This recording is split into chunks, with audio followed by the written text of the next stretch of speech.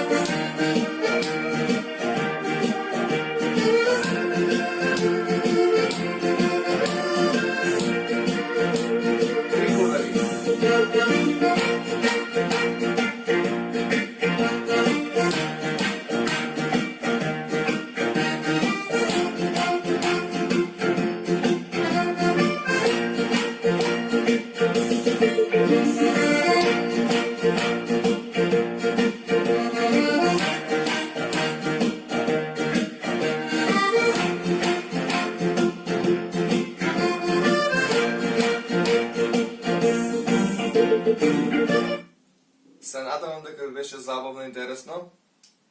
Довидување, до следното видување.